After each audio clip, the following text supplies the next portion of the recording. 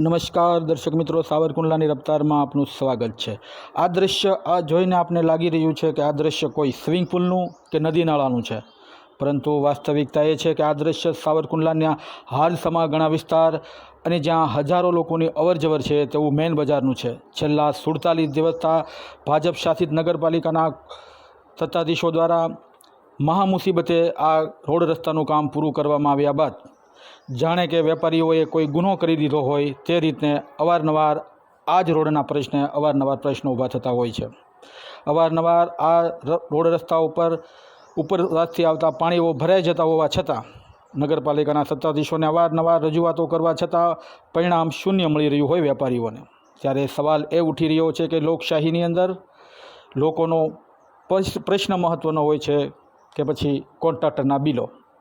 પ્રાપ્ત માહિતી અનુસાર સાવરકુંડલા નગરપાલિકાના છેલ્લા 47 દિવસથી મેન બજારનો મેન રસ્તો જાણે કે નાકાબંધી રીતે કરી દીધો હોય અને પૂરો પણ કર્યો તો પણ જાણે નિયમો વિરુદ્ધ થયો હોય તેવું અનુમાન લોકો લગાવી રહ્યા છે।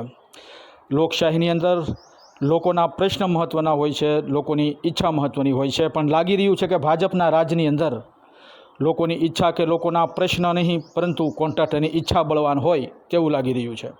ભાજપના રાજમાં જાણે કે કોન્ટ્રાક્ટર રાજ ચાલી રહ્યું હોય તેમ સાવરકુંડલા નગરપાલિકા દ્વારા બનાવવામાં આવેલો આ રોડ રસ્તો અવારનવાર સ્વિમિંગ પુલ બની જતો હોય અને ત્યાંથી પસાર થનાર અનેક લોકોને અને વેપારીઓને ઘણી તકલીફનો સામનો કરવો પડતો હોય છે।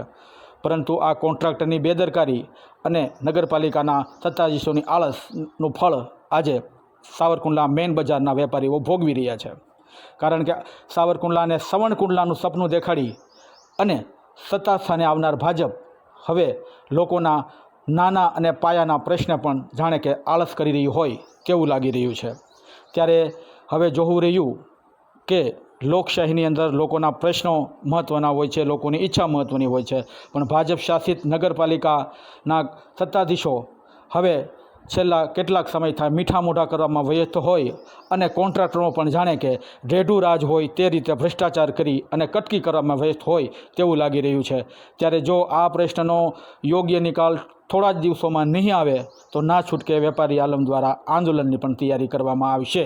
ત્યારે જોવું રહ્યું કે સવર્ણકુંડલાનું સપનું દેખાડીને સત્તાધાને આવનાર ભાજપના શાસકો હવે આંદોલનનો સામનો કરે છે કે પછી આ પ્રશ્નનો યોગ્ય ઉકેલ લાવે છે। Bureau report, સાવરકુંડલાની રફતાર।